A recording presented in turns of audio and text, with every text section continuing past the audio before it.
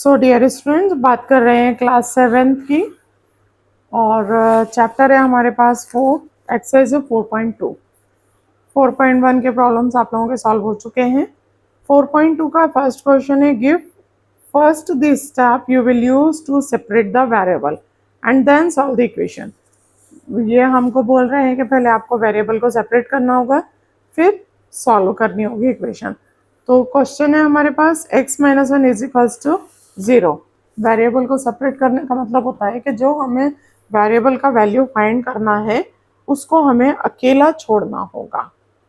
यहाँ पे मैं ओनली सॉल्व दीज डाल रही हूँ और फर्स्ट वाला है x minus one is equal to 0।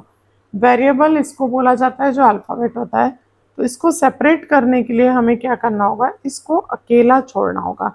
अकेला कैसे छोड़ा जाएगा कि उसके साथ जो भी नंबर्स हैं वो इज इक्वल्स टू के उधर चले जाएंगे।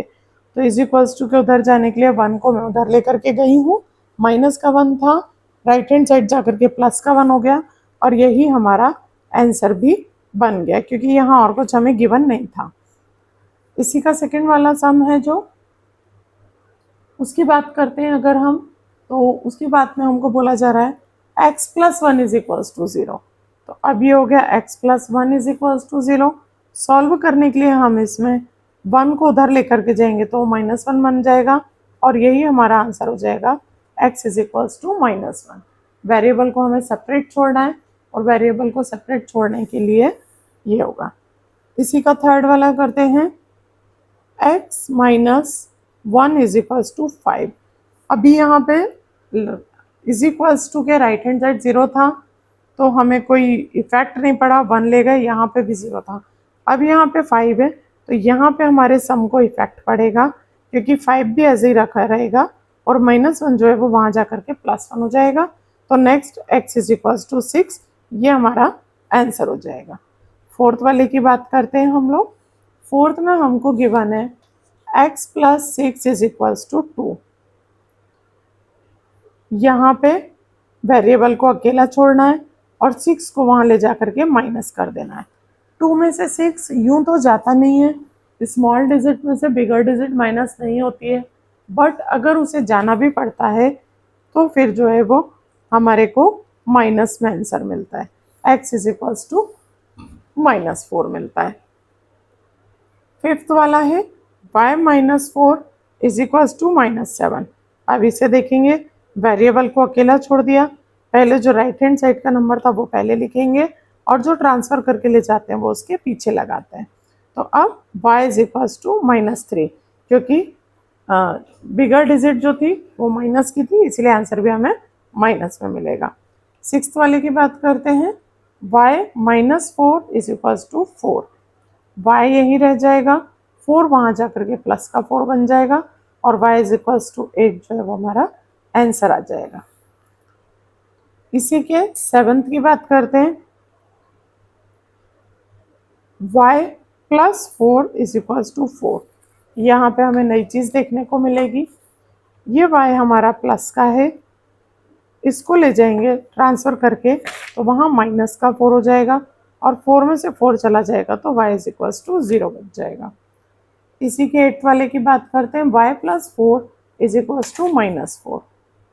y plus 4 is equals to minus 4 है यहाँ पे हमारे पास, y यहीं छोड़ेंगे, माइनस 4 यहाँ से लिख लेंगे, इसे वहाँ ट्रांसफ़र करके ले जाएंगे तो ये प्लस का भी माइनस हो जाएगा और y is equals to minus 8 हमारा आंसर हो जाएगा।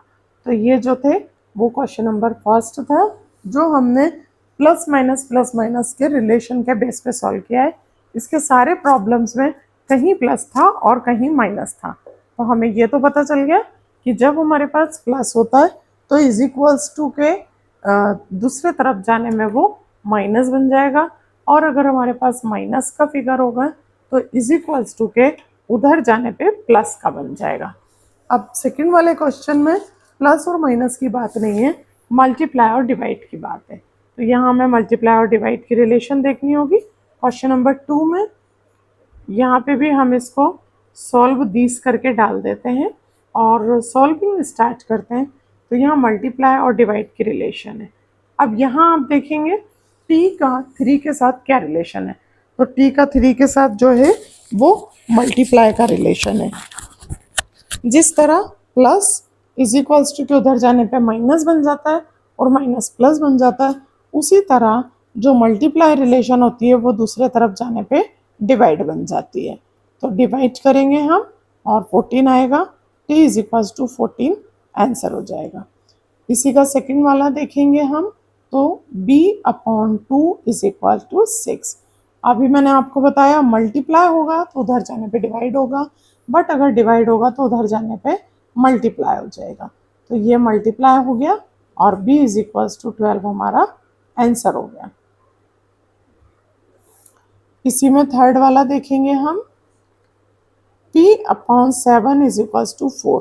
ये डिवाइड में है तो वहाँ जा करके इसकी मल्टीप्लाई हो जाएगी और p इज इक्वल टू 28 इसका आंसर हो जाएगा। नेक्स्ट बात कर रहे हैं फोर्थ वाले सम की।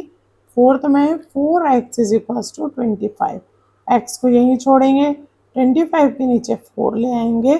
आप चाहें तो डेसिमल में आंसर ले लें और आप चाहें तो इसको ऐसे ही छोड़ दें। डेसिमल में आंसर लेना जरूरी नहीं होता है, इसलिए हम इसी तरह छोड़ सकते हैं। नेक्स्ट वाला है हमारे पास 8y is equal to 36। y को हम यहीं पे अकेला छोड़ेंगे, 36 यहाँ मल्टीप्लाई था तो यहाँ आकर के डिवाइड बन जाएगा, डिवाइड हो जाएगा। 8 के टेबल में 36 नहीं आता है, तो हम इसको 2 से सिंपली डिवाइड करेंगे। ये 18 हो जाएगा, ये 4 हो जाएगा, ये 2 हो जाएगा और ये 9 हो जाएगा। तो हमारा आंसर होगा y is equals to 9 upon 2।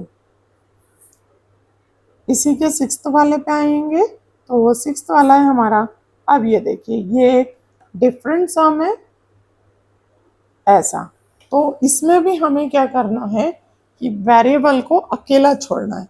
Variable को अकेला छोड़ने के लिए हम इस 3 को मल्टीप्लाई करके यहाँ ले जाएंगे, जिसे क्रॉस मल्टीप्लिकेशन बोला जाता है। x अपनी जगह पे है, 5 के पास 3 चला गया है और 4 भी अपनी जगह पे है। अब ये हो जाएगा 15 अपॉन 4। अब हमारा आंसर 15 अपॉन 4 बन जाएगा। नेक्स्ट इसका सेवेंथ वाला देखते हैं हम लोग। a upon 5 is equal to 7 upon 15। यहाँ पे मैं आपको और भी कई चीज़ें सिखा सकती हूँ, जैसे मैं बताऊंगी यहाँ नीचे से नीचे भी डिवाइड किया जाता है, 3 आएगा और a is equal to 7 upon 3 हो जाएगा। लेकिन मैं वही तरीका करूँगी, इसको यहाँ ले जाके हम मल्टीप्लाई में डाल देते हैं। 5 वन ज़ा 5, 5 3 ज़ा 15 और हमारा आंसर हो जाता है 7 अपॉन 3। इसी के साथ इसके हम 8th वाले पे चलते हैं और 8th वाला जो है वो है 20t is equals to minus में 10। t is equal to minus 10 upon 20। 0 से 0 कैंसिल हो गए, t is equals to minus 1 upon 2। ये हमारा आंसर आ गया। तो 2 क्वेश्चंस हमने अभी सॉल्व कर लिए हैं। क्वेश्चन नंबर 3 भी हम कर सकते हैं, 4.2 का आपके लिए इजी होगा। क्वेश्चन नंबर 3 है जो मैं आपको दिखा देती हूँ। क्वेश्चन नंबर 3 में बोला जा रहा है, give the steps you will use to separate the variable and then solve the equation. पहले हमें वो स्टेप्स देने हैं जो हम यूज़ कर रहे हैं वेरिएबल का आंसर फाइंड करने के लिए, और उसके बाद हम इसको सॉल्व करेंगे। आगे के सम्स हम अभी नहीं कर रहे हैं, नेक्स्ट वीडियोस में डालेंगे। तब तक के लिए आप हमको आज्ञा दीजिए और चैनल को लाइक करें, वीडियोस को लाइक करें, चैनल को सब्सक्राइब करें, ताकि हम आगे के मैथ्स इसी तरह पढ़ते रहें। Thank you.